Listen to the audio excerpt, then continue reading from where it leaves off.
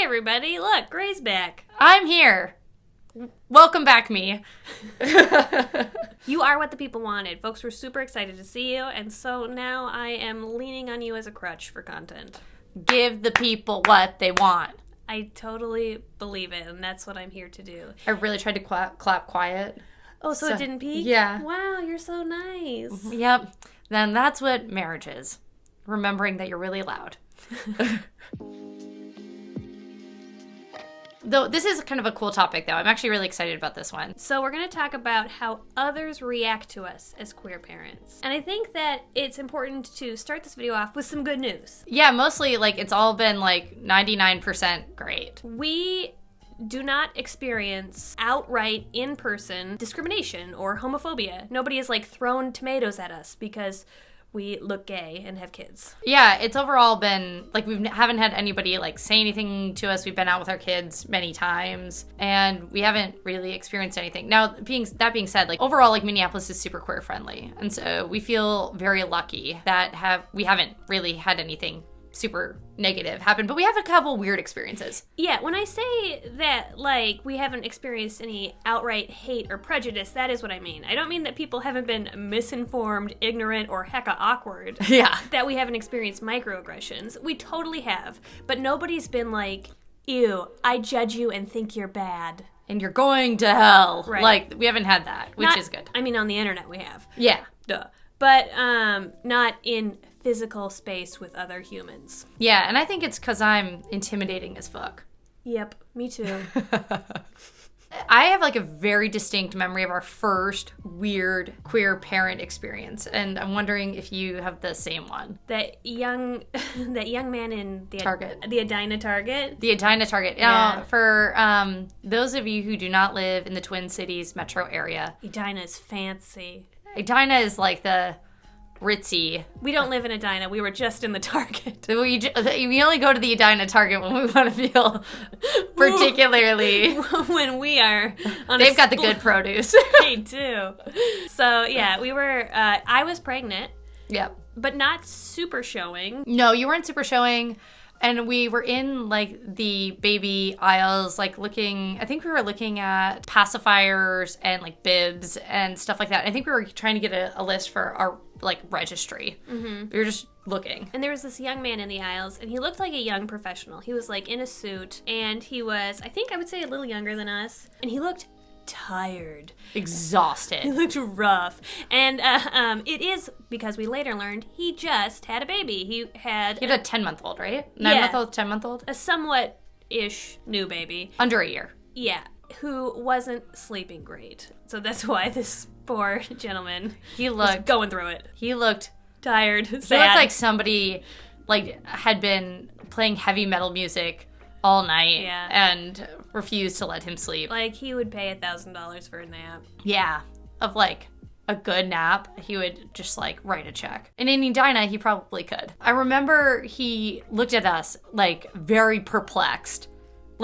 And I think the first question he asked us is, who are you shopping for? Right. It just didn't, well, first of all, he felt like he was entitled to just, know that about us. I see two humans that confuse me being here, and so I deserve the information to explain why. So just who are you shopping for? That was strange. But yeah, it didn't even go through his mind that, we were shopping for ourselves. Right. And we're oh, ourselves, we're pregnant. And he was I think he said, how does that work? Yeah, it was and he looked genuinely marveled, totally perplexed. But then he stood there truthfully waiting for an answer. So again, just felt entitled to know how that works. So we were oh, well, we did IVF and... I think he said, you can do that? I think it was 2021 at this point. Or 2020, no, it's 2022. Yeah. 2022 when this happened. I was yep. Totally possible. It kind of reminded me of years ago. We had somebody come out to the house to give us a quote to build a garage. And he asked us, if we were roommates or friends or whatever. And we were no, we're together, we're married. And he looked at us and was that's legal now? And it had been legal for years. Yeah. So sometimes straight people are just... They don't get the news. We can get married. We can have babies. We can shop in the baby aisles. The Edina Target even lets us in, even though we don't live in Edina. Yeah, so he asked that. And then we talked for a few minutes. I don't think he intended to be be, like, rude or... No, but he just, like, was fascinated and wanted to know all the deets. Then we told him that we were pregnant with twins, and he was like, oh no. He looked at it with, like, genuine dread.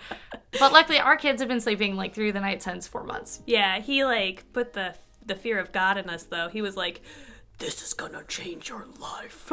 He's like, you have no idea how good you have it. And Neil's like, oh my God. I think about him sometimes, and I, like... I wonder how he is. Yes, I really do. He's my Roman Empire. It's a good Roman Empire. I know. But he was ultimately nice. He just, like, he did ask... There was a lot of entitlement to information. Yeah, and then, like, you know, we had to share personal details about... Well, we didn't have to, but we felt... like socially pressured to, you know, share personal details about like the mechanics of IVF and who's... I think he also asked questions about like who the dad was, which like that phrasing isn't how we would, you know, put it. And then also what a personal question to ask. Yeah. So I think that story like encapsulates a lot of the weirdness that we get as LGBT plus parents, which just involves getting tons of extra attention, sometimes attention that we like don't necessarily want or don't feel like we have the social battery for, and then also lots of questions. I mean, some of the questions can be kind of intrusive, if not awkward. I think there's just like a lot of curiosity. I've learned that is hard for cis-het people to sometimes rein in or understand what's acceptable to, or what's socially acceptable to ask. But genuinely, it stems from curiosity. Yeah, the good news is that all of that seems to be coming from a place of good intentions, and I would rather have it like be infused with that kind of energy than like, you know, discriminatory. Sometimes I would say that people don't always also identify us as the parents, especially like sometimes when I go into urgent care, their initial inclination is not that I'm the parent, that I must be like this weird babysitter or something. And speaking of urgent care, there was one more story that I wanted to tell that actually happened just a couple weeks ago that I thought was pretty good. Which is, we went to the hospital because both the kiddos were having some symptoms that we wanted to get checked out. We showed up before urgent care opened, as did so many other people because it is sick season. And so we were like in a line outside the door, and there was, again, this gentleman. It's always white men. Yeah. And there again was this gentleman who kept like leaning over and making really strong eye contact with, at least I thought me. Did you feel like it was happening to you too? Yeah, it felt like it was like a... But it was always like really smiley. It was just like... But it wasn't like smiling at the kiddos. I can always tell when people are like playing with my kids and smiling. It's different. He was like checking us out as a family and smiling. He was trying to like almost like, to me it seemed like perform this like approval. Like, oh, I see this cute gay family. It's so cute. That's what it felt like, right? Yeah, it did. It totally did. But it like you wouldn't do that. No. I get what you're trying to do. It's weirder though. But it for sure, you might be thinking like, oh, that's just in your head, you know?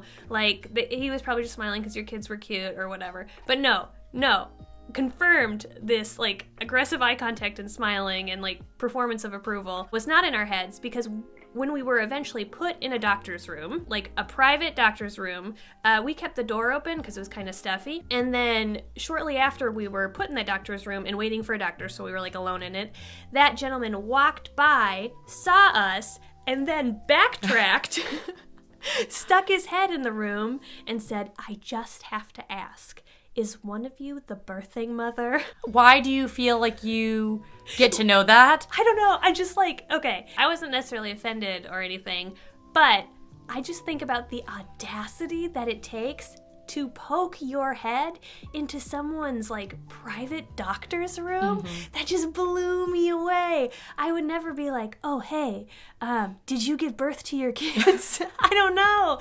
That was just wild to me. But I was like, but again, I felt like it was coming from this place of like, I want you to know that I'm cool with this and I think this is cute, which I know, like, we don't, I know we don't need them to be cool with it, but I mean... I appreciate people that want to create a sense of safety. Yeah. And I think that is important. I don't think it actually contributes to safety when you poking your head into our medical room when we're just trying to keep our children calm, especially because I think at one point one of the kiddos was started like, crying. yeah, and we're like, but we were engaging in this conversation because then it like evolved into a conversation again of like how that worked, and I think he said like he knew someone else like us or something. Yeah. You know. I mean, I think every queer person has it like this situation where Uh-huh. it's like, oh, I know somebody that's gay. Yeah. I feel like there's just like a lot of like those types of situations where people, what they're trying to do is create a safe space and create a space where they think that we'll feel more comfortable. But they also feel like they're entitled, because they're giving us that, Yeah. they are entitled to information. Sure. It also about can us. feel a little forced. Like, I appreciate you making the safe space if it comes up organically, you know? But some of it, like, you know, like doing literally, like, backtracking and poking your head in is, like, a little bit forced. Yeah. But, I mean, ultimately, I feel very lucky, like, in the almost year and a half that we've been parents, that overall, our situations have been overwhelmingly positive. Yeah. And even with some sense of weirdness and white men feeling entitled to know who gave birth to our children and whose eggs we used and who the donor is, like, that's not information that I need to share with you, but okay. I do want to be clear that if you have done this, if you are guilty of some of these social faux pas, you're not a bad person. No. At all. We just want you to know that Us personally, yeah, that might not be the best way to go about it. And I feel like, you know, folks always make mistakes in life, but if I were to make a mistake, I would like to have some of that constructive feedback. So if you've made that mistake, you're not a bad person. It's understandable. it's good intentioned. Yeah, but, you know, here's the feedback that this is how it made us feel. So if you are either the guy from the Edina Target or the guy that saw us in the urgent care, just maybe don't ask that the next time. And instead, just say, oh, your family is, you know, a joy to look at. Yeah. Oh, that would have been great. That would have been great. Yeah, like it's sweet. It made me feel accepted, but it did also make me feel very on the spot and just pressured to talk about stuff. Yeah, I think something more subtle and just saying that like you have a very sweet family would have maybe been like accomplished the same thing, but would have been a better execution. I don't know. Yeah, and here's like actually a good experience that we had is we took our kids to a restaurant near our place, and we just had them in high chairs and we were feeding them. And we have been really active in teaching our kids how to sign. Mm-hmm. And so we were signing a bunch, and there was just like one other family, because we went to like the back room like part. And there was this other family celebrating a birthday. They were the grandparents, and they just had the grandkids with them. And we were just like having a good time. We were singing, we were eating, we were just like kind of having a good time with our kids. And then the grandmother came up and she was like, you are amazing parents. Like the way that you're engaging with your kids, the way that, you know, how well behaved they are, because we were having a good time and our kids did not just throw food on the floor that time. Yeah, and she seemed to know a ton of sign, if not Way maybe more was sign like than- fluent in sign. So she started to sign with them. So that was also like a kind of an organic it made sense. I think she genuinely saw us having fun with our kids, signing with them, eating and, you know, singing, and just like genuinely thought it was a joyous thing. And it was. Yeah, do you think the difference is like that woman, the message that she sent was like, you guys are cute, versus the other two folks, the message that they sent was like, you guys are cute, but you're also very different from me. And like through that, you will feel othered. So you are very different from me, and I want you to help me understand more about you because you are so different from me. Is that like the difference, or? My personal take is that woman just wanted us to feel like appreciated or like celebrated. Yeah. The other folks wanted us to feel not necessarily celebrated, but wanted us to feel accepted. But they felt entitled. Yeah. To some exchange for that acceptance. Oh, maybe. You think it's like kind of transactional-ish? Almost. I don't think that they would categorize it like that way, but I think that they feel That's what you felt a little? Yeah, I feel like that because they say, I'm accepting you, but because of that, Sure. I get to know X, Y, and Z about you. Sure. And I don't think that that is necessary. Like, if you are a person that considers yourself an ally to the communities, you're not entitled to anything. Totally. And then another flavor of it for me was like the othering. It was just like a big reminder. Like, it's not bad to be different, but there is like this feeling that comes when somebody like points out pretty clearly how different you are. Like, you are different from me. It's just like, oh, I'm not sure if that's a good, bad, or neutral thing when you say it like that, you know? Again, I think all of this comes with really good intention. Yeah. However, I think that it's really important, and it's good for us to remember for communities that we support but we're not a part of. Oh, yeah. That we're not entitled to anything. Acceptance and celebration of those folks should come without any reciprocal like expectations. Yeah. And I think that's actually a really good point, that like our experience as like an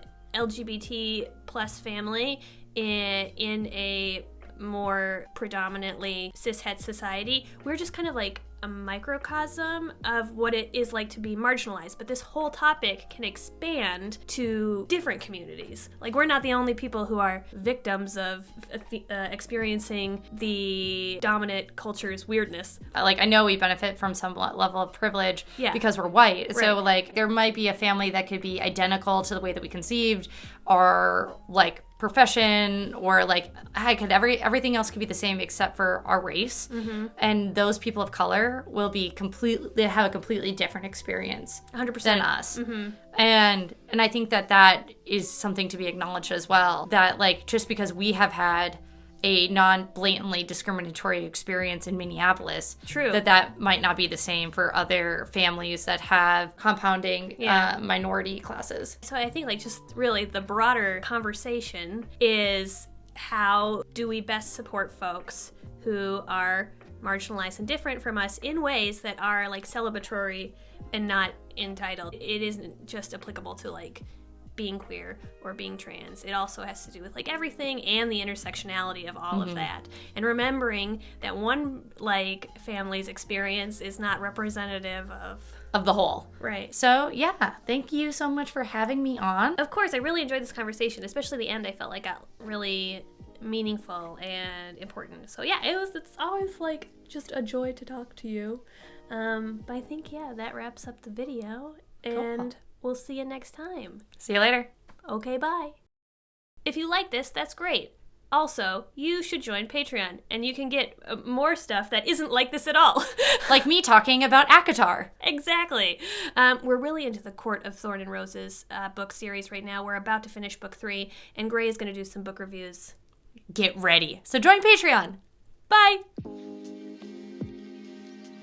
Wow, you made it to the end. Here is the obligatory part where I ask you to follow me on other social media platforms because it profoundly affects my self-worth. Just kidding, it doesn't really. But, please follow me anyway, because that would be fun, and I mean fun for my self-esteem. Haha, no, not actually. I am truthfully totally indifferent, and if no one follows me, I'm not gonna, cry into a pillow all afternoon. I did that last Wednesday, so I think it's out of my system now. Yeah. Bye.